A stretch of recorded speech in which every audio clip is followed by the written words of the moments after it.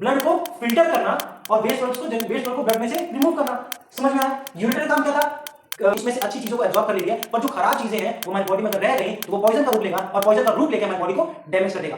समझते हो आप सब? वापस से हम एक नई एनर्जी, नए उत्साह और नई ऊर्जा के साथ इस वीडियो को स्टार्ट करने। जो बच्चे नए हैं उनको बता दूं कि हमने 2 महीने की जर्नी स्टार्ट की थी, जिसमें हमने क्लास 10 वादा किया था कि इस 2 महीने में हम क्लास 10 की सारे इंपॉर्टेंट क्वेश्चंस बोर्ड से रिलेटेड, साथ में सारी चैप्टर्स की समरी को कंप्लीट कर लेंगे। मतलब इन्हीं 2 महीने में हम क्लास 10 की पूरी तैयारियां कंप्लीट कर लेंगे। क्लास 10 के पहले सब्जेक्ट यानी बायोलॉजी के पहले चैप्टर लाइफ प्रोसेस के 3 टॉपिक को हमने ऑलरेडी डिस्कस कर लिया है। कौन कौन से टॉपिक वापस से रिमाइंड करते हैं? न्यूट्रिशन को मैंने डिस्कस कर लिया है, ट्रांसपोर्टेशन हमने डिस्कस कर लिया है, रेस्पिरेशन डिस्कस कर लिया है। इन तीनों की वीडियोस पहले देख लेना। यानी पहले चैप्टर के अंदर 4 टॉपिक्स थे, न्यूट्रिशन, ट्रांसपोर्टेशन, रेस्पिरेशन और एक्सक्रीशन। तो न्यूट्रिशन, ट्रांसपोर्टेशन और रेस्पिरेशन मैंने पहले वीडियोस बनाई हैं, उसमें हमने उस पूरे टॉपिक्स को डिस्कस कर लिया है, साथ में कुछ इंपॉर्टेंट क्वेश्चंस को भी जान गए हैं। तो एक्सक्रीशन टॉपिक को हम इस वीडियो से स्टार्ट करने वाले हैं। एक इंपॉर्टेंट बात, अगर वीडियो अच्छी लग रही हो तो वीडियो को लाइक और जितना ज्यादा हो सके शेयर कर दो। चलो वीडियो को स्टार्ट करते हैं। तो हमारा टॉपिक है एक्सक्रीशन। तो सबसे पहले एक्सक्रीशन को समझ लेते हैं, एक्सक्रीशन होता क्या है। देखो, एक्सक्रीशन एक ऐसा प्रोसेस है जिसमें हमारी बॉडी में जितने भी मेटाबॉलिक एक्टिविटीज होती हैं, उनसे जो वेस्ट प्रोडक्ट निकलता है वो सारी हमारी बॉडी से रिमूव कर दिया जाता है। समझ लो, देखो हमारी बॉडी में अलग अलग तरह की एक्टिविटीज होती हैं। जैसे सबसे पहले हमने पढ़ा था न्यूट्रिशन में खाना खाते हैं, एनर्जी रिलीज होती है। फिर हमने पढ़ा ट्रांसपोर्टेशन, जिसमें हमारी बॉडी में कोई भी चीज एक जगह से दूसरी जगह ट्रांसपोर्ट होती है। उसके बाद हमने पढ़ा रेस्पिरेशन में ब्रीदिंग और ये सब इन्वॉल्व हो गया था। तो हर एक मेटाबॉलिक प्रोसेस में कुछ ना कुछ वेस्ट प्रोडक्ट्स रिमूव होंगी।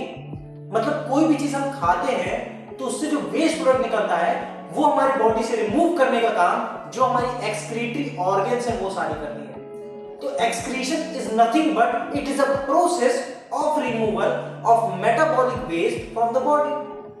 क्लियर हो रहा है? एकदम सिंपल सा डेफिनेशन है। अब हमारे जितनी भी लाइफ प्रोसेस हैं उन सब में कुछ ना कुछ वेस्ट प्रोडक्ट्स रिलीज होती हैं। अब कौन कौन सी वेस्ट प्रोडक्ट्स हैं? जैसे carbon dioxide gas, urea, uric acid, water, salt, ये सारी क्या है? ये सारे वो वेस्ट प्रोडक्ट्स हैं जो हमारी बॉडी मेटाबॉलिक फंक्शंस करते वक्त रिलीज करती है। तो अगर बोर्ड में पूछ दे कि ऐसी कौन कौन सी चीजें हैं, यानी ऐसे कौन कौन से वेस्ट प्रोडक्ट्स रिमूव होते हैं, तो ये सारा नाम लिख देना।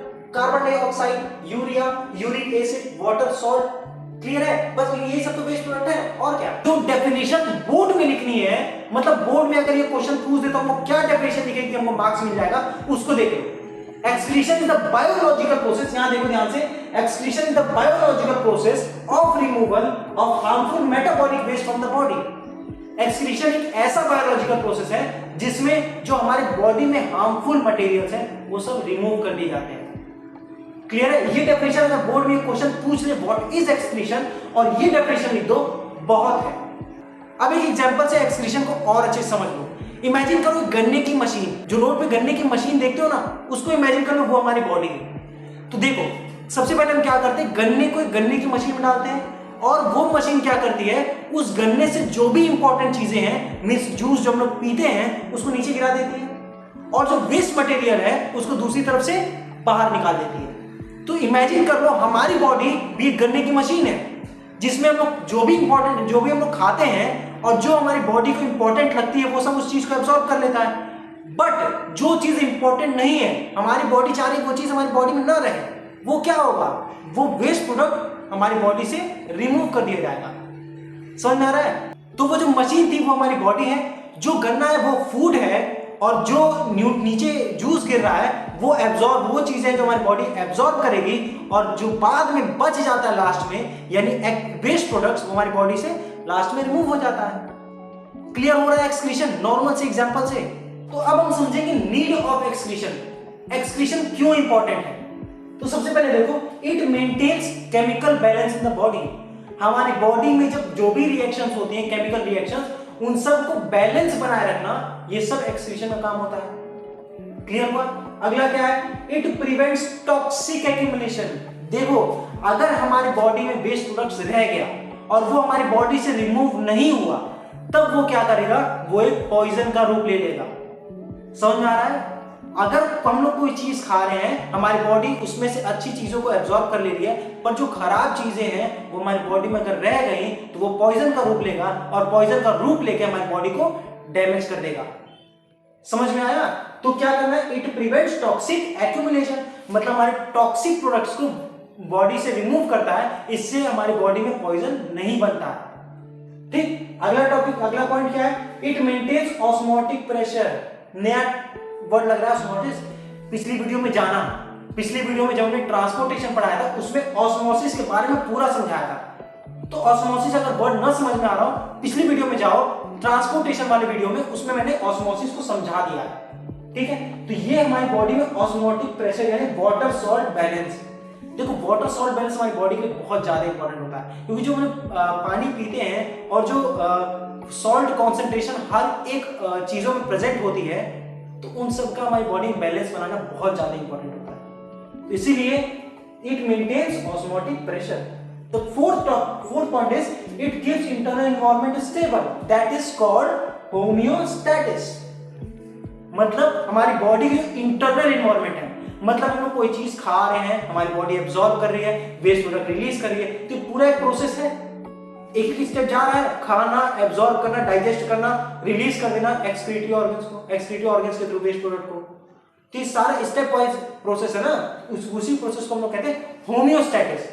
means keeping the internal environment stable by maintaining the salt and water concentration, इसी को हम लोग कहते हैं होमियोस्टैटिस।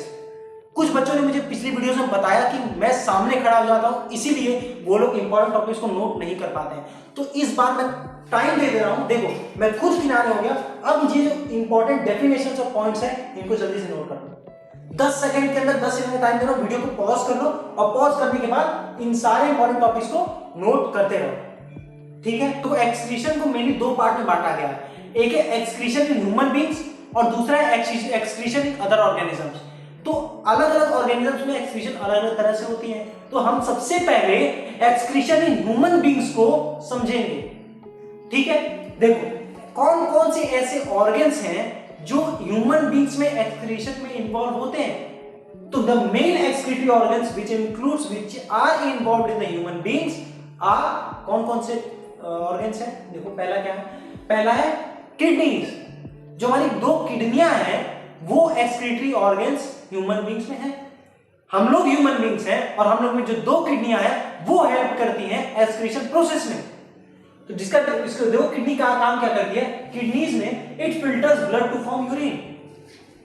किडनी क्या करता है, वो हमारा जो ब्लड है उसमें जो वेस्ट प्रोडक्ट्स है उनको निकाल देता है और उनको यूरिन में कन्वर्ट कर देता है। काम समझ में आया किडनीज का?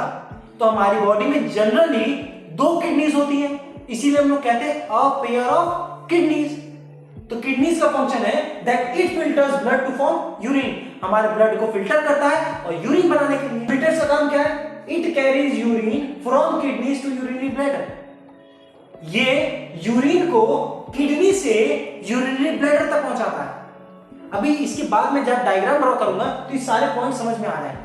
अभी बस इनको देख लो ऊपरी ऊपर से, it carries urine from kidneys to urinary bladder. तीसरा क्या ऑर्गन है, तीसरा है यूरिनरी ब्लैडर।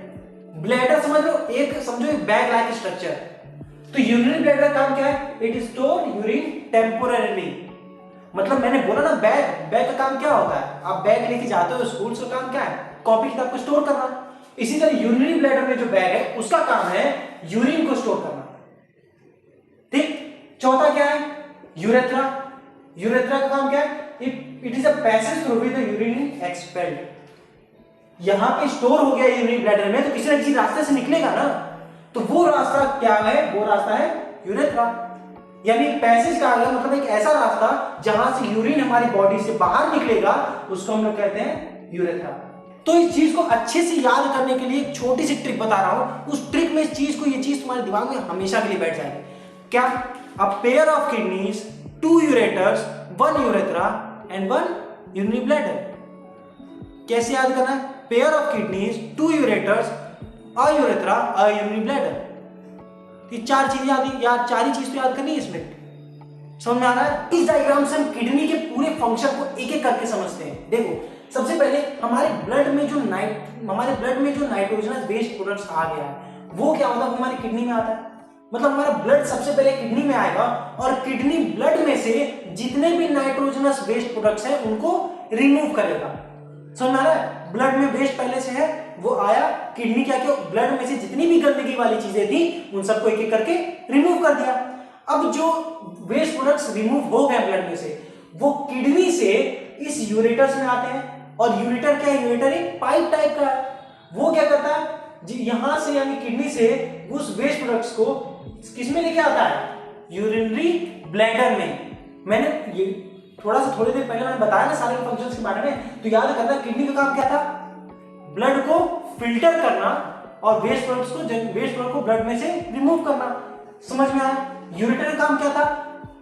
वेस्ट प्रोडक्ट्स को किडनी से यूरिनरी ब्लैडर पहुंचाना। क्लियर है? तो यूरेटर क्या काम करेगा? एक पाइप ही तो है, पाइप क्या ही करेगी, वो एक चीज एक जगह से दूसरी जगह ट्रांसपोर्ट करेगी। सेम वही काम वो वेस्ट प्रोडक्ट्स किडनी से यूरिनरी ब्लैडर में पहुंचा देता है। अब यूरिनरी ब्लैडर में वेस्ट प्रोडक्ट्स पहुंचने के बाद, यूरिनरी ब्लैडर क्या है? यूरिनरी ब्लैडर एक बैग लाइक स्ट्रक्चर है, यहां पर वेस्ट प्रोडक्ट पहुंचा। अब ये वेस्ट प्रोडक्ट यूरिनरी ब्लैडर से यूरेथ्रा इसको देखो, ये पैसेज है यानी रास्ता है जहां से वेस्ट प्रोडक्ट्स हमारी बॉडी से निकल जाता है। और यूरेथ्रा का पैसेज यहाँ पे पेनिस, हमारी बॉडी में क्या होती है? और पेनिस होती है, तो पेनिस से हम क्या करते हैं? वेस्ट प्रोडक्ट्स को निकाल देते हैं। तो यूरिनरी ब्लैडर का पैसेज में क्या है? यूरेथ्रा। तो किडनी में 4 टॉपिक पढ़ने देना हम लोग। क्या क्या? किडनी क्या होती है, ठीक, फिर यूरेटर क्या होता है, यूरेथ्रा क्या होती है, और यूरिनरी ब्लैडर क्या होता है। सारे टॉपिक, सारी चीज समझ में आ रही है, सारे के फंक्शन समझ में आ रहे हैं। ये डायग्राम बोर्ड के लिए बहुत ज्यादा इंपॉर्टेंट है। बोर्ड में डायग्राम जरूर ही पूछेगा, draw the diagram of kidney, और ये बहुत ही आसान है। अब अगर स्ट्रक्चर ऑफ ह्यूमन किडनी को समझना हो तो उसमें ज्यादा नहीं पढ़ना है, थोड़ा सा ही पढ़ना है। देखो क्या क्या हमारी बॉडी यानी ह्यूमंस में 2 बीन शेप्ड किडनी होती है। किडनी का शेप क्या होता है? बीन शेप, ठीक। किडनी की लोकेशन क्या है? कहां पे किडनी प्रेजेंट होता है? It is located on the either side of backbone in the abdominal cavity. हमारी जो एब्डोमिनल कैविटी यानी एब्डोमिनल स्पेस है, वहां पर किडनी प्रेजेंट होता है। अब each kidney contains about 10 lakh nephron that provide structural and functional unit of kidney. हर एक किडनी में 10 लाख नेफ्रॉन्स होते हैं, 1-2 नहीं 10 लाख, जो किडनी को स्ट्रक्चरल और फंक्शनल यूनिट प्रोवाइड करते हैं। अगर हम कह रहे हैं कि किडनी ब्लड को फिल्टर करता है तो किसकी मदद से? उसके अंदर जो 10 लाख नेफ्रॉन्स हैं उनकी मदद से। समझ में आ रहा है? किसकी मदद से? उनके अंदर जो 10 लाख नेफ्रॉन्स हैं उनकी मदद से। क्लियर हो रहा है? जो किडनी का सबसे इंपॉर्टेंट पार्ट था यानी नेफ्रॉन्स, उसको समझते हैं कि नेफ्रॉन्स होता क्या है। देखो नेफ्रॉन्स को हम 2 तरीके से स्टडी करते हैं। मतलब nephrons is basically divided into 2 parts. तो नेफ्रॉन्स का काम अगर कि ब्लड को फिल्टर करना है, यानी किडनी का मेन फंक्शन, मेन पार्ट अगर नेफ्रॉन है, तो नेफ्रॉन को हम बेसिकली 2 पार्ट में पढ़ते हैं। उसका पहला पार्ट है ग्लोमेरुलस एंड बोमेन्स कैप्सूल। मतलब nephrons is divided in 2 parts. पहला पार्ट क्या है? Glomerulus and Bowman's capsule. दूसरा पार्ट है रीनल ट्यूब्यूल। समझ में आया? अब ग्लोमेरुलस एंड बोमेन्स कैप्सूल मतलब ये सब चीज तुम नई बार सुन रहे होगे, मतलब ये है क्या? चलो नया टॉपिक है तो और अच्छे समझाता हूं। देखो बोमेन्स कैप्सूल क्या है? बोमेन्स कैप्सूल एक कप शेप स्ट्रक्चर है जो ग्लोमेरुलस को सराउंड करता है। देखो रीनल आर्टरी को जान रहे हो क्या होता है? आर्टरीज। तो आर्टरीज से ब्लड सबसे पहले आता है ग्लोमेरुलस में। ग्लोमेरुलस में ब्लड आया, उस ग्लोमेरुलस को ये जो बोमेन्स कैप्सूल है वो कवर किया रहता है, ठीक। अब जो ग्लोमेरुलस में ब्लड आया, वो ब्लड हमारी बॉडी क्या करेगी, यानी हमारी किडनी क्या करेगी, उस ब्लड में से जितने वेस्ट मटेरियल्स हैं उनको फिल्टर करेगी। फिल्टर करने का काम समझ में आता है ना? फिल्टर करना मतलब वेस्ट ब्लड को ऊपर रोक देना और प्यूरिफाइड ब्लड को भेज देना। तो वही काम होगा जो ग्लोमेरुलस में जो रीनल आर्टरी से ब्लड आ रहा है वो फिल्टर होते जाएगा, और फिल्टर हो होके जो वेस्ट प्रोडक्ट है वो सब रुकते चले जाएगा। अब ग्लोमेरुलस क्या है? बार बार उसका नाम ले रहे हैं। तो ग्लोमेरुलस क्या है? It is a cluster of thin walled capillary inside Bowman's capsule.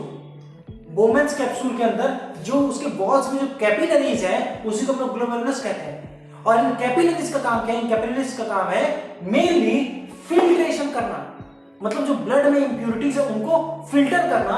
ये बोमेन्स कैप्सूल और ग्लोमेरुलस का काम है। तो दो पार्ट में स्टडी हम लोग कर रहे हैं। पहला काम है फिल्ट्रेशन करना, पहले फिल्टर कर दो, और दूसरा काम है रीएब्जॉर्प्शन और सिक्रीशन करना। तो पहले हम क्या करेंगे, कोई भी चीज समझो, कोई भी गंदी चीज तुम्हारे पास आने तो पहले क्या करोगे? पहले उस गंदी चीज में से जो साफ मतलब अच्छी चीज है उनको फिल्टर कर लोगे, मतलब जो साफ चीजें उनको हटा दोगे और गंदी चीजों को रोक दोगे। सेम वही होगा इसमें काम ग्लोमेरुलस है बोमेन्स कैप्सूल में। ये दोनों टॉपिक समझ में आया? बोमेन्स कैप्सूल क्या है? कैप्सूल एक कप शेप स्ट्रक्चर है जिसके अंदर ग्लोमेरुलस है। ग्लोमेरुलस क्या है? वो एक थिन वॉल्ड कैपिलरीज है, ठीक है, थिन वॉल्ड कैपिलरीज जो क्या काम करता है? जो ब्लड को फिल्टर करता है, ठीक। अब बात है फंक्शंस। फंक्शंस क्या होते हैं इन दोनों के? नाम बार बार ले रहा हूं, ग्लोमेरुलस और बोमेन्स कैप्सूल बताया भी हूं। इसके फंक्शन क्या है? फिल्टर करना ब्लड को, ताकि ब्लड में से excess water, salt, glucose, urea, इन सबको रिमूव किया जा सके। तो the main function of the Bowman's capsule and the glomerulus, that is the part 1 of nephrons, is it filters blood to remove water, salt, glucose, urea to form glomerulus filtrate। Filter समझा रहा है? Filter करने के बाद जो impurities बचती है उसको फिल्ट्रेट कहते हैं। तो it filters blood to remove water, salt, glucose. क्या क्या फिल्टर करेगा? वाटर, सॉल्ट, ग्लूकोज, यूरिया, इन चारों को फिल्टर कर देगा। पहला पार्ट क्लियर हो गया। अब चलते हैं दूसरे पार्ट में, रीनल ट्यूब्यूल क्या काम करेगा। अब दूसरे पार्ट यानी पहले पार्ट तो हमने पढ़ लिया ग्लोमेरुलस और बोमेन्स कैप्सूल, अब दूसरा पार्ट है रीनल ट्यूब्यूल को पढ़ेंगे। तो ग्लोमेरुलस और बोमेन्स कैप्सूल का काम क्या था? ब्लड को फिल्टर कर देना, यानी इंप्यूरिटीज को ब्लड में से हटा देना। रीनल ट्यूब्यूल का काम है रीएब्जॉर्प्शन और सिक्रीशन, मतलब हटाने के बाद, इंप्यूरिटीज को हटाने के बाद जो चीजें फिल्ट्रेट हमने बच गया था उस फिल्ट्रेट को रीअब्सॉर्ब किया जाएगा और उसके बाद सिक्रीट किया जाएगा, ठीक है। तो सबसे पहले समझते हैं रीनल ट्यूब्यूल क्या है। रीनल ट्यूब्यूल एक पैसेज लाइक स्ट्रक्चर है। देखो सबसे पहले ग्लोमेरुलस और बोमेन्स कैप्सूल को पढ़ लिया, फिल्टर कर लिया। फिल्टर करने के बाद जो फिल्ट्रेट हमारा बच रहा था यानी यूरिया, यूरिक एसिड, वो क्या होगा? वो सबसे पहले पास होगा इस प्रॉक्सिमल कन्वोल्यूटेड ट्यूब्यूल में। तो रीनल ट्यूब्यूल को हम लोग तीन पार्ट में डिवाइड करते हैं। पहला है प्रॉक्सिमल कन्वोल्यूटेड ट्यूब्यूल, दूसरा है loop of Henley, and the third is distal convoluted tubule. Proximal का मतलब होता है पहला, लूप ऑफ हेनली यानी चक्कर, और डिस्टल मतलब आखिरी। समझना है? सबसे पहले प्रॉक्सिमल कन्वोल्यूटेड ट्यूब्यूल जिसको हम लोग पीसीटी भी कहते हैं, इसका काम क्या है उसको समझते हैं। It reabsorbs useful substances like glucose, amino acids, some salts and water। मतलब जो फिल्ट्रेट बच गया था उस फिल्ट्रेट लाइक जो ग्लूकोज, अमीनो एसिड्स और सॉल्ट एंड वाटर, ये सब सारी चीजें बच गई थी, उसको क्या करेगा? उसको ये प्रॉक्सिमल कन्वोल्यूटेड ट्यूब्यूल उसमें से नेसेसरी चीजों को और रीअब्सॉर्ब करता रहेगा। समझ में आ रहा है इसका काम? उसके बाद क्या होगा? ये जाएगा यहां से रीअब्सॉर्ब होने के बाद जो फिल्ट्रेट बचती है, यानी जो फिल्ट्रेट बचेगा वो जाएगा लूप ऑफ हेनली में। तो कभी किसी भी चीज को देखना, कभी पनीर बनते देखा है? जब पनीर बनते क्या करते? दूध को हम लोग और गाड़ते हैं ताकि उसमें से पानी निकलते रहे। तो सेम उसी तरह प्रॉक्सिमल कन्वोल्यूटेड ट्यूब्यूल में जो फिल्ट्रेट बच गया था वो उसको और निचोड़ेगा ताकि उसमें से और जो नेसेसरी चीजें हैं वो चीज निकल जाए और केवल वेस्ट प्रोडक्ट ही अंदर बचे। तो उसके बाद वो पास होगा लूप ऑफ हेनली में, यानी एक और चक्कर में। लूप ऑफ हेनली में क्या होगा? It reabsorbs water and some salts. जो यहां से निचोड़ना या बच गया था, यहां पहले लेयर में उसको निचोड़ दिया गया, उसके बाद वाली दूसरी लेयर में गया, वहां फिर इसको निचोड़ा जाएगा। लूप ऑफ हेनली में reabsorption of water and salts का रीअब्सॉर्प्शन हो जाएगा। मतलब जो हमारी बॉडी में वाटर एंड मिनरल्स की जरूरत थी उसमें से, यानी जो फिल्ट्रेट बचा था उसमें से और भी चीजें रीअब्सॉर्ब की जाएंगी। उसके बाद तीसरा है डिस्टल कन्वोल्यूटेड ट्यूब्यूल, या जिसको हम लोग डीसीटी कहते हैं, पीसीटी लूप ऑफ हेनली और डीसीटी। डीसीटी में क्या करेंगे? Further adjustment of salt and water. जो सॉल्ट एंड वाटर बचेगा उसका फर्दर एडजस्टमेंट होगा, मतलब उसको और रीअब्सॉर्ब करके जो फाइनल चीज बचेगी उसको कलेक्टिंग डक्ट में भेज दिया जाएगा। पूरा चक्कर समझ आ रहा है किस तरह से हुआ? ब्लड में आया, ब्लड में आके फिल्ट्रेशन कैसे होगा? फिल्ट्रेशन तो सबसे पहले ग्लोमेरुलस एंड बोवेन्स कैप्सूल फिल्टर हो गया, फिल्टर होने के बाद रीनल ट्यूब्यूल में आया, रीनल ट्यूब्यूल में वापस एब्जॉर्प्शन और सिक्रीशन हो गया। अब जो कलेक्टिंग डक्ट थी, यानी हम कहेंगे कि यहां से कहां जाएगा, ये 3 लेयर में तो आ गया, 3 लेयर से और निचोड़ दिया, रीअब्जॉर्ब कर दिया गया। अब इन 3 लेयर के बाद जो हमारे पास फिल्ट्रेट बचा है वो चला जाएगा किसमें, वो जाएगा हमारे कलेक्टिंग डक्ट में, यानी रीनल पेल्विस में। जब रीनल पेल्विस है वहां पर ये सारी जो इंप्योरिटीज अब बची थी वो वहां पहुंच जाएंगी, और रीनल पेल्विस से वो चीजें हम यूरेटर के रास्ते यूरेथ्रा में, यूरिनरी ब्लैडर में आएंगे, और यूरिनरी ब्लैडर के रास्ते, यूरेथ्रा के रास्ते यूरिनरी ब्लैडर से वो चीजें बाहर निकल जाएंगी। समझ में आया? अब जितना भी चीज हम सबने पढ़ ली उस सबको एक ब्रॉड वे में समझ लेते हैं, एक शॉर्ट वे में उस चीज को समझ लेते हैं। देखो सबसे पहले स्टेप्स इन यूरिन फॉर्मेशन, जो हमने अभी तक ग्लोमेरुलस और रीनल ट्यूब्यूल पढ़ा है उसको बस एक साथ में पढ़ते हैं ताकि वो चीज समझ में आ जाए। सबसे पहले क्या होगा, ग्लोमेरुलस में वो जो ब्लड है वो किसी प्रेशर के कारण ग्लोमेरुलस में पहुंचेगा, ठीक है। अब ग्लोमेरुलस का काम क्या है, ब्लड को फिल्टर करना। तो वो जो ब्लड ग्लोमेरुलस में पहुंचा वो उसके बाद the water, urea, salt, glucose, amino acid filter out, मतलब ग्लोमेरुलस में पहुंचने के बाद जो चीजें हैं like water, urea, salt, glucose, amino acid, इन सबको फिल्टर कर दिया जाएगा, और ये सारी चीजें होती हैं फिल्ट्रेट, ठीक। अब उसके बाद मतलब ये हमारा फिल्ट्रेट क्रिएट हो गया ग्लोमेरुलस में। अब बाकी जो चीजें बचती हैं लाइक ब्लड सेल्स या लार्ज प्रोटीन्स जो हमारी बॉडी से नहीं जानी चाहिए वो सब पास नहीं होती हैं। उसके बाद क्या होता है, जो फिल्ट्रेट है, यही सारे फिल्ट्रेट है, ये फिल्ट्रेट रीनल ट्यूब्यूल में पास होते हैं, और रीनल ट्यूब्यूल क्या करता है, जो भी यूजफुल सब्सटेंस है, इन सब में से जो भी यूजफुल सब्सटेंस है जैसे glucose, amino acid, salt, water, इन सब को रीअब्सॉर्ब करता है, और उसके बाद जो फिल्ट्रेट यानी जो लास्ट प्रोडक्ट बचता है, यानी जितना चीज एब्जॉर्ब करना था एब्जॉर्ब कर लिया गया, उसके बाद में जो लास्ट चीज बची वो यूरिन बन जाता है, और फिर वो हमारे यूरेटर्स यानी यूरेथ्रा के, यूरेटर्स और पूरे चैनल से यूरेथ्रा के रास्ते बाहर निकल आता है। तो लास्ट में क्या होता है, filtrate becomes urine which contains urea, water, uric acid, excess salt. तो अगर पूछेगा कि यूरिन में, हमारी यूरिन में क्या क्या चीजें प्रेजेंट होती हैं, तो हमारी यूरिन में water, uric acid, excess salt और यूरिया, यानी ये 4 चीजें, ये सारी 4 चीजें हमारे यूरिन में प्रेजेंट होती हैं। अब हमको पढ़ना है एक ऐसा इंपॉर्टेंट टॉपिक जो अब हमारा नेक्स्ट टॉपिक है ऑस्मोरेगुलेशन। ऑस्मोरेगुलेशन क्या है, देखो हमारी बॉडी में सॉल्ट एंड वाटर कॉन्सेंट्रेशन को बनाए रखना, उसी को हम लोग ऑस्मोरेगुलेशन कहते हैं। इसमें देखो क्या लिखा था, kidneys also regulate the amount of water and salt in the body, यानी हमारी बॉडी में वाटर एंड सॉल्ट के कॉन्सेंट्रेशन बनाए रखने का काम किडनीज भी करता है। समझ में आ रहा है? अब क्यों करता है, कैसे करता है, देखो if body has excess water, अगर हमारी बॉडी में ज्यादा वाटर है then kidneys excrete dilute urine, मतलब हमारी बॉडी में अगर ज्यादा पानी हो गया तब वो क्या होगा, जो हमारी बॉडी के टॉक्सिक वेस्ट है उन सबके साथ मिल जाएगा, और जो यूरिन सीक्रेट होगा वो डाइल्यूट फॉर्म में रहेगा, और जब कोई चीज डाइल्यूट फॉर्म में होती है तो उससे जलन नहीं होती है। बट अगर हमारी बॉडी में वाटर की कमी है, मतलब हमारी बॉडी में वाटर नहीं है, तो किडनी उस वाटर को एक्सेस सीक्रेट नहीं करेगा, मतलब if the water is less the kidneys conserve water and excrete concentrated urine.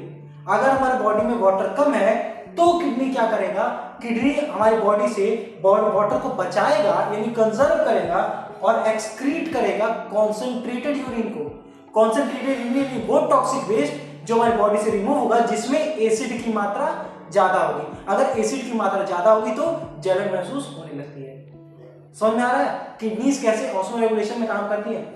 अब ये रेगुलेशन कंट्रोल कौन करता है, this regulation is controlled by hormone ADH. हमारे जो एडीएच हार्मोन है जिसको हम लोग कहते हैं anti diuretic hormone which is form from the pituitary gland. हमारी पिट्यूटरी ग्लैंड एक हार्मोन फॉर्म करती है जिसको हम लोग कहते हैं एंटी ड्यूरेटिक हार्मोन। वो हार्मोन इस ऑस्मोरेगुलेशन को यानी हमारे किडनी को कंट्रोल करता है कि वो कब ज्यादा वाटर सीक्रेट करे और कब कम वाटर सीक्रेट करे, जिससे हमारी बॉडी में वाटर कॉन्सेंट्रेशन और सॉल्ट कॉन्सेंट्रेशन मेंटेन रहता है। क्लियर हो गया ऑस्मोरेगुलेशन। कोई भी डाउट आ रहा हो कमेंट में लिखो, कमेंट में जितने भी डाउट हम लोग होंगे वो सब क्लियर कर दूंगा। अभी तक हमने ह्यूमन बींग्स के सारे एक्सक्रीटरी फंक्शंस को समझ लिया, मतलब ह्यूमन बींग्स में एक्सक्रीशन कैसे होता है, कौन कौन से ऑर्गन्स इन्वॉल्व होते हैं एक्सक्रीशन प्रोसेस में, ये सब हमने अभी तक समझ लिया है। बट जो अलग अलग ऑर्गेनिजम्स हैं, ह्यूमन बींग्स के अलावा भी और भी ऑर्गेनिजम्स हैं ना, तो उनमें भी एक्सक्रीशन होता होगा। तो उनमें ऐसी क्या फंक्शन है, उनके इंटरनल ऑर्गन्स में इंटरनल ऐसे कौन से ऑर्गन्स हैं जो इस एक्सक्रीशन में काम आते हैं, अब वो हमको पढ़ना है। तो सबसे पहला देखो बात करते हैं अमीबा की। अमीबा के बारे में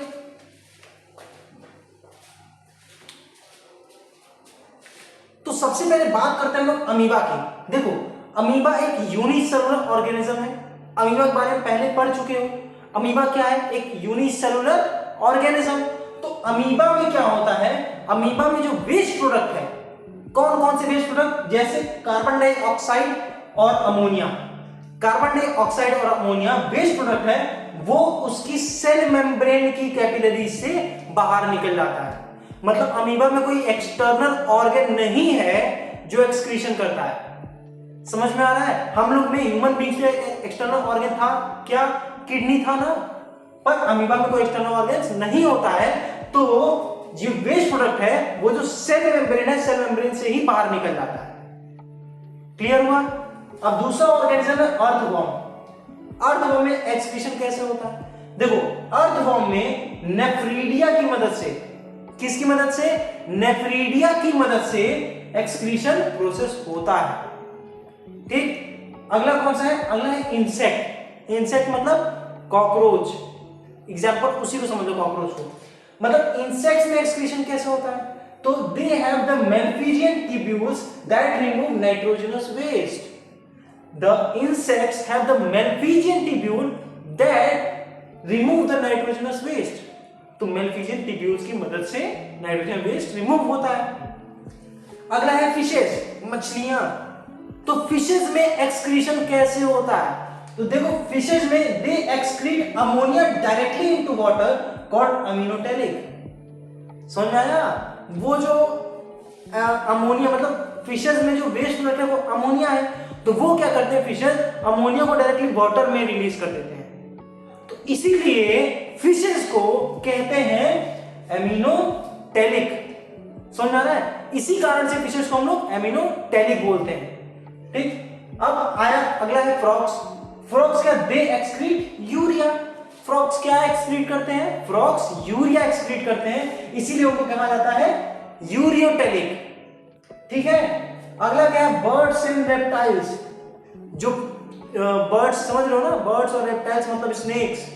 तो स्नेक्स को क्या एक्सक्रीट करते हैं, they excrete uric acid. Snakes uric acid secrete करते हैं, एक्सक्रीट करते हैं, और इसीलिए उनको क्या कहा जाता है, यूरिकोटेलिक। समझ में, ये सारे नाम देखो साइंटिफिक नेम बार बार दिया हुआ है, एग्जाम में अगर फिल इन द ब्लैंक्स के रूप में पूछ रहे तो उनको समझ में नहीं आएगा। समझ में आ रहा है। तो इंसेक्ट को क्या कहा गया, सॉरी फिशेस को क्या कहा गया, फिशेस को कहा गया अमीनोटेलिक। ये वर्ड याद, ध्यान दे दो, अमीनोटेलिक। क्यों, क्योंकि वो अमोनिया सीक्रेट करते हैं। फ्रॉग्स को क्या कहा गया है, फ्रॉग्स को कहा गया यूरियोटेलिक। क्यों, क्योंकि वो यूरिया सीक्रेट करते हैं। और बर्ड्स एंड रेप्टाइल्स को क्या कहा गया है, बर्ड्स एंड रेप्टाइल्स को कहा गया यूरिकोटेलिक। यूरिकोटेलिक क्यों, क्योंकि वो यूरिक एसिड सीक्रेट करते हैं। इतना आसान तो है समझना, कठिन कुछ नहीं है, एकदम आसान है। ये सारी चीजें मतलब डिफरेंट ऑर्गेनिजम्स वाले ज्यादातर फिल इन द ब्लैंक्स के रूप में ही पूछता है। तो अब हमारा टॉपिक है आर्टिफिशियल किडनी। मतलब किडनी के बारे में तो अभी तक हमने बहुत कुछ पढ़ लिया, पर आर्टिफिशियल किडनी क्या है। देखो जब हमारी किडनी काम करना बंद हो जाती है, मतलब कभी कभी ऐसी सिचुएशन आती है कि हमारी किडनी फेल हो जाती है, तो उस सिचुएशन में हमारी किडनी की जगह एक आर्टिफिशियल किडनी लगाई जाती है। समझ में आया। देखो when both the kidney fails the waste accumulate in the blood and the patient undergoes dialysis। मतलब आर्टिफिशियल किडनी का मतलब क्या है, जब हमारी किडनी दोनों फेल हो जाएंगी तब एक आर्टिफिशियल रूप से ब्लड को प्यूरिफाई किया जाएगा, और उस प्रोसेस को कहते हैं डायलिसिस। डायलिसिस का नाम सुना है, आपके घर में कोई ना कोई कभी ना कभी बीमार हुआ होगा, और उस सिचुएशन में कभी हॉस्पिटल जाते हो, देखते हो एक मशीन लगी रहती है, वो आपके हाथ से या शरीर से ब्लड निकालती है और फिर शरीर में ब्लड चढ़ाती है। तो उस प्रोसेस को क्या कहते हैं, वो पूरी मशीन, वो पूरा प्रोसेस कहलाता है डायलिसिस। तो डायलिसिस क्या है, नया वर्ड है तो फिर से ध्यान समझ, dialysis is the process of removal of the waste product from the blood artificially, मतलब बिना किडनी के ब्लड में से वेस्ट प्रोडक्ट को रिमूव करना, उसी प्रोसेस को हम लोग कहते हैं डायलिसिस। अब डायलिसिस की प्रोसेस क्या है, मतलब पूरा स्टेप बाय स्टेप कैसे होता है डायलिसिस, वो देख लो। देखो, सबसे पहले ब्लड हमारे आर्टरी से डायलाइजर में जाता है, मतलब हमारी जो आर्टरीज हैं उसमें से ब्लड को निकाला जाता है, और निकालने के बाद वो एक मशीन में डाली जाती है ब्लड को। क्यों? क्योंकि होता क्या है कि जब हमारी किडनी फेल हो जाती है तो किडनी का काम क्या था, ब्लड में से वेस्ट प्रोडक्ट को निकालना। जब किडनी फेल हो जाती है तो वो वेस्ट प्रोडक्ट ब्लड में जाके मिल जाते हैं, और जब ब्लड में वो वेस्ट प्रोडक्ट मिलते हैं then it creates a poison in our body. तो हमारी बॉडी में वो पॉइजन जनरेट होने लगता है, जिसके कारण हमारी डेथ के चांसेस बहुत ज्यादा होते हैं। तो उसी चीज को, उसी पॉइजन को खत्म करने के लिए ब्लड को प्यूरिफाई करना इंपॉर्टेंट है। समझ में आ रहा है? तो अगर किडनी फेल हो जाएगी तो वो यूरिन हमारे ब्लड में मिल जाएगा, और ब्लड में मिलेगा वो पॉइजन जनरेट कर देगा, और पॉइजन हमारे शरीर को बर्बाद कर देगा। तो इसीलिए उस ब्लड में से वेस्ट प्रोडक्ट को रिमूव करने के लिए आर्टिफिशियल किडनी का इस्तेमाल करते हैं। और हमारी सबसे पहले आर्टरीज में से, जो भी आर्टरीज जहां भी होंगी वहां से ब्लड को निकाला जाता है। निकालने के बाद वो ब्लड डायलाइजर एक मशीन है, डायलाइजर में डाला जाता है। डायलाइजर में वो ब्लड जाने के बाद वो ब्लड में से डायलाइजर वो जितने भी वेस्ट प्रोडक्ट्स हैं उस ब्लड में से उसको रिमूव करता है। डायलाइजर है सेमी परमेबल मेम्ब्रेन। डायलाइजर के अंदर क्या है? Semi permeable membrane which allows waste urea, waste कौन कौन से वेस्ट मतलब यूरिया और एक्सेस सॉल्ट्स। कार्बन डाइऑक्साइड तो रिमूव नहीं कर सकता है, तो कौन कौन से वेस्ट, यूरिया और एक्सेस सॉल्ट को to pass into dialysing fluid. तो क्या कर रहा है? बॉडी से ब्लड को निकाल रहा है, एक मशीन में डाल रहा है। मशीन क्या कर रही है? जो यूरिया और एक्सेस सॉल्ट है उसको वहां से ब्लड से रिमूव कर दे रही है, और उसके बाद जो प्यूरिफाइड ब्लड हो रहा है उसको वापस से शरीर में चढ़ा दे रही है। समझ में आ रहा है? Clean blood is return to the body. समझ में आ रहा है? लेकिन ये आर्टिफिशियल किडनी कितनी भी एडवांस हो जाए, ये हमारे जो नेचुरल किडनीज है उनकी जगह नहीं ले सकती है। क्यों नहीं ले सकती है? क्योंकि इस पूरे प्रोसेस में हद से ज्यादा ब्लड लॉस होता है। तो ये प्रोसेस तो हो जाएगा, इसमें डायलिसिस आसान है, बट ये हमारे ब्लड लॉस का कारण बनेगा, यानी हमें बार बार ब्लड चढ़ाना पड़ेगा। बट हमारी जो नेचुरल किडनी है क्या वो बार बार ब्लड मांगती है? उसमें कहीं ब्लड लॉस होता है? नहीं होता है, क्योंकि उसमें 10 लाख से ज्यादा नेफ्रॉन्स हैं। चीजें समझ में आ रही हैं? को अभी तक जितना भी पढ़ाया है, कोई ऐसी टॉपिक है जो ना समझ में आ रही हो? अगर नहीं समझ में आ रही तो कमेंट बॉक्स नीचे दिया, उसमें कमेंट में उस टॉपिक का नाम डाल दो, अगली वीडियो में वो सब एक्सप्लेन कर दूंगा। तो ऐसा मत करना कि कोई डाउट अपने अंदर रख देना कि मतलब यार नहीं समझ में आ रहा, छोड़ दिया। ये 2 महीने की जर्नी हम दोनों के लिए बहुत ज्यादा इंपॉर्टेंट है, आपके लिए भी उतनी ही ज्यादा इंपॉर्टेंट मेरे लिए भी है, क्योंकि आपसे पहले मैंने कमिटमेंट किया कि इन 2 महीने की जर्नी में हम पूरे के पूरे क्लास 10 के सिलेबस को कंप्लीट कर लेंगे, साथ में बोर्ड के इंपॉर्टेंट क्वेश्चंस को भी कंप्लीट कर लेंगे। एक्सक्रीशन टॉपिक के बाद ये पूरी टॉपिक खत्म होती है डायलिसिस प्रोसेस से, और अब हमारा ये पहला चैप्टर यानी लाइफ प्रोसेस पूरी तरीके से कंप्लीट हो गया। इस पूरे लाइफ प्रोसेस के 4 पार्ट हैं, और चारों पार्ट की वीडियोस मैंने डाली हैं, तो अगर किसी भी टॉपिक में कोई डाउट आ रहा है तो उसी वीडियो में कमेंट कर दो, ठीक है। अब हम अगली क्लास में नेक्स्ट चैप्टर पे जाएंगे, और फिर से कह रहा हूं जितनी ज्यादा हो सके, जितने ज्यादा दोस्तों को शेयर कर सकते हो वीडियो को शेयर कर दो, क्योंकि अगर किसी तक ये वीडियो अच्छी पहुंच गई, उसको इंपॉर्टेंट थी, उस तक पहुंच गई, तो बस यार जिस तक पहुंचनी थी वीडियो पहुंच जा रही, और क्या चाहिए। सोशल मीडिया पे होने के बावजूद आप इस वीडियो को शेयर नहीं कर पा रहे हो, ये आपकी नाकामियत है। समझ में आ रहा है? तो वीडियो को जितना ज्यादा हो सके शेयर कर दो, दोस्तों तक पहुंचा दो। अब हम वीडियो के लास्ट पर आ गए, और लास्ट में जैसा कि मैंने बताया था और जैसे कि हम लोग करते आए हैं, बोर्ड के कुछ इंपॉर्टेंट क्वेश्चंस को हम डिस्कस करेंगे। तो कुछ इंपॉर्टेंट क्वेश्चन जो कई सालों से बोर्ड में पूछे जा रहे हैं, मतलब कई सालों के रिकॉर्ड में बोर्ड में ये इंपॉर्टेंट क्वेश्चन क्लास 10th के बायोलॉजी में पहले चैप्टर से पूछे जा रहे हैं। और एक्सक्रीशन टॉपिक से कौन कौन से क्वेश्चन आ रहे हैं वो देख लो। सबसे पहले what is the function of kidney, kidney के फंक्शन क्या है, ये सबसे पहला क्वेश्चन। तो इस वीडियो में मैंने इसको बहुत अच्छे से एक्सप्लेन कर दिया है, तो वही चीज जाके बोर्ड में लिख देना, मार्क्स भरपूर मिल जाएंगे। दूसरा क्वेश्चन क्या है, name the functional unit of kidney, kidney का फंक्शनल यूनिट क्या है, याद करो क्या था, नेफ्रॉन। नेफ्रॉन ही किडनी का एक फंक्शनल यूनिट है जो किडनी को एक स्ट्रक्चरल और फंक्शनल पार्ट देता है। तो केवल नेम नहीं करना है, नेफ्रॉन के बारे में भी लिखना है। ठीक, अगला क्वेश्चन क्या है, explain the process of urine formation. Urine formation के प्रोसेस को बताओ। तो ऐसे क्या क्या प्रोसेस जो यूरिन के फॉर्मेशन में लगता है वो सब बताना है। ठीक, अगला क्या है, व्हाट इज डायलिसिस। डायलिसिस क्या, अभी जस्ट एक्सप्लेन किया है डायलिसिस के बारे में। इस वीडियो में इस सारे क्वेश्चंस के आंसर्स इस वीडियो में प्रेजेंट है, तो पहले देख लो उन चीजों को, उसके बाद इन क्वेश्चन से मैच करते जाओ। अगला है व्हाट इज ऑस्मो रेगुलेशन, इसके बारे में ही बता दिया। मतलब ऑस्मो रेगुलेशन क्या है, वाटर एंड सॉल्ट कॉन्सेंट्रेशन को मेंटेन करके रखना बॉडी में, बस। अगला क्या, draw the excretory organs in humans. मतलब लास्ट क्वेश्चन जो इंपॉर्टेंट है वो draw the excretory organs in humans. तो मैंने ह्यूमंस के एक्सक्रीटरी ऑर्गन्स की पूरी डायग्राम इस वीडियो में ड्रॉ की है। लेबल जो चीज मैंने लेबल की है वो सारे बोर्ड में होने चाहिए। अगर उस डायग्राम में वो सारी चीजें लेबल नहीं है, यानी वेना केवा ये सब लेबल नहीं है, आयोटा लेबल नहीं है, किडनी लेबल नहीं है, यूरेटर यूरेथा ये सब अगर लेबल कुछ भी छूट गया तो मार्क्स भरपूर नहीं मिलने वाले। तो कोई भी चीज छूटना नहीं चाहिए। तो इस इंपॉर्टेंट क्वेश्चंस के साथ हम वीडियो के एंडिंग पे आ गए हैं और ये चैप्टर यानी लाइफ प्रोसेस हमारा आज खत्म हो जा रहा है। अगली वीडियो से हम अगले चैप्टर को स्टार्ट करेंगे। तो लाइफ प्रोसेस फाइनली हमने फिनिश कर लिया है। कोई भी डाउट हो, कोई भी क्वेश्चन हो, कमेंट बॉक्स में कमेंट कर दो और जितना ज्यादा हो सके वीडियो को शेयर कर दो। चलो इस चैप्टर को खत्म करके अब हम अगले चैप्टर पे पहुंच रहे हैं। पहला चैप्टर फाइनली कंप्लीट हो गया, अगले चैप्टर पे पहुंच रहे हैं। इंपॉर्टेंट क्वेश्चन को नोट करते जाना। लास्ट में जो वीडियोस बनेंगी यानी लास्ट के 10 दिन मैं केवल इंपॉर्टेंट क्वेश्चंस की ही नोट्स बनाऊंगा, ठीक है। तो उसमें भी रिलैक्स हो जाना, तो ज्यादा टेंशन मतलब बोर्ड निकल जाएगा आपसे। और लास्ट के कुछ दिनों में मैं कुछ ट्रिक्स भी बताऊंगा जो बोर्ड में बहुत ज्यादा इंपॉर्टेंट है। तो ये सारे क्वेश्चंस हैं। अब टॉपिक खत्म, पहला चैप्टर खत्म। अब अगले वीडियो में नेक्स्ट चैप्टर स्टार्ट करते हैं।